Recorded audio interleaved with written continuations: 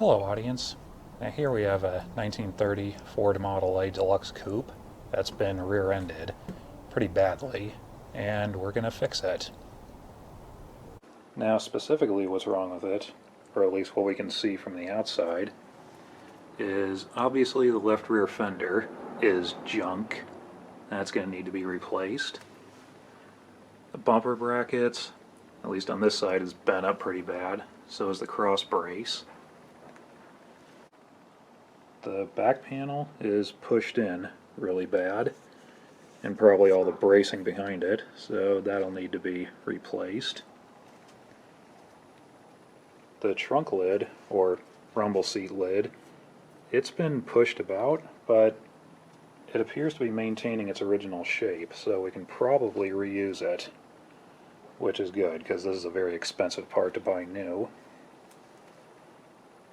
The quarter panel appears to have its original shape, but from the paint cracks here, it looks like it's been stressed a little bit here, so it's probably a little out of shape. And you can see it's kinked just a little bit right here. So some work will need to be done on that. The left rear wheel is a little bit too far forward, and it's towing in a little, which means something in the rear axle assembly is bent. What specifically, I don't know. We'll have to worry about that when we start taking it apart. The spare wheel is probably bent from the collision, but we'll check it anyway. On the right side, there doesn't appear to be much wrong with it. This back panel is also kinked slightly. The good news is, this car appears to have been properly restored not too long ago, so none of the bolts should be rusted in or anything. And from where the paint has chipped off, you can see it's got clean metal underneath and probably just a layer of paint on it. So I don't see any deep cracks anywhere that would indicate a lot of body filler or fiberglass or anything like that. So the sheet metal on this car is probably in pretty good condition, so probably won't take much effort to get it nice. And that's what we can tell from the outside. There's probably some internal damage, so the next thing we're going to do is take this thing apart and figure out exactly what it needs.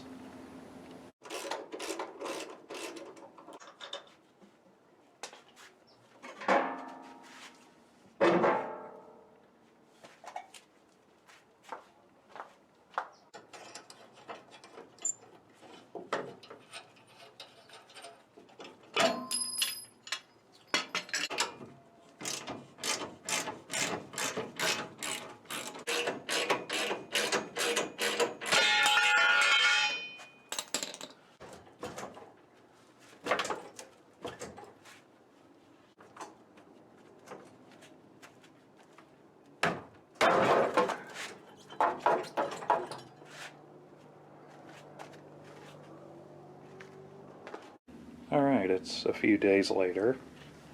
Now, one problem this thing had was the rumble seat lid was jammed shut because this was bent in, and I couldn't get it open, so I called someone else over to help, and I don't know how they did this, but they removed this panel from underneath.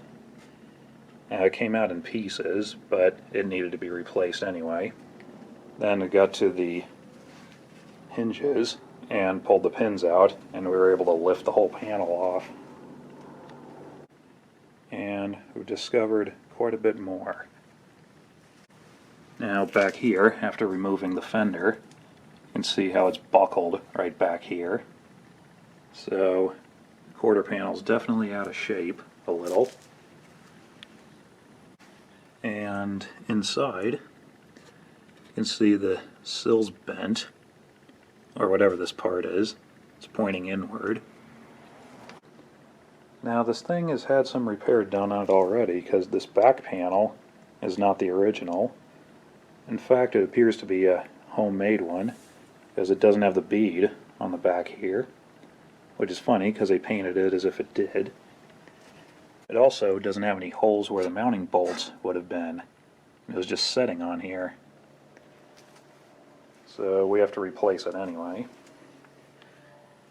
Now the bolts holding it in, I don't know what they are. They're not imperial or metric. I don't have any wrenches that fit them. So since all of it needs to be replaced anyway, probably just going to get out the plasma cutter and start chopping on it.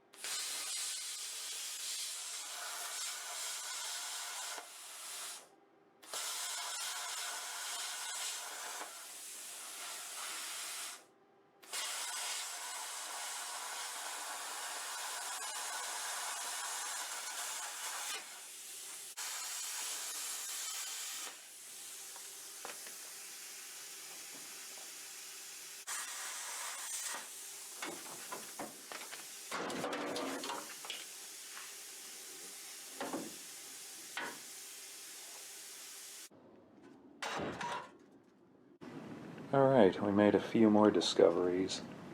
Now, I stuck a pry bar on these ends and tried bending them back, and they bent back surprisingly easy.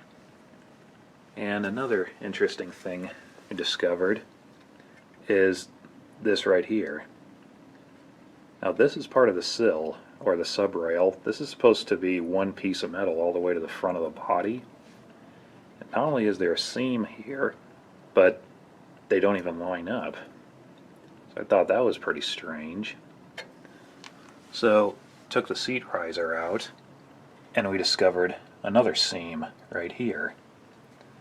So what happened was, this is the original subrail. Apparently somebody cut this off and replaced this section.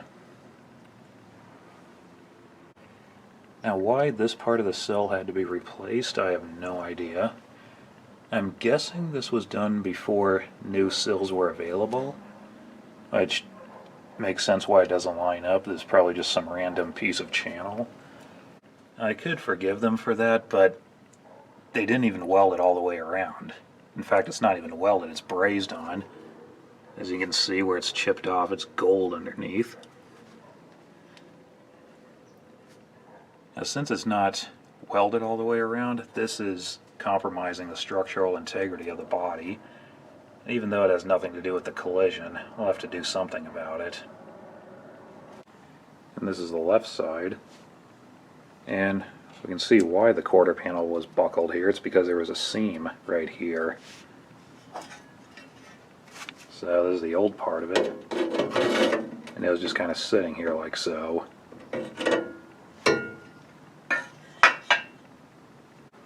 Well, this is about as far as I'm going to go for now. I need to walk away from this thing and spend a few days thinking about how exactly I'm going to fix this. In the meantime, we'll start searching for parts.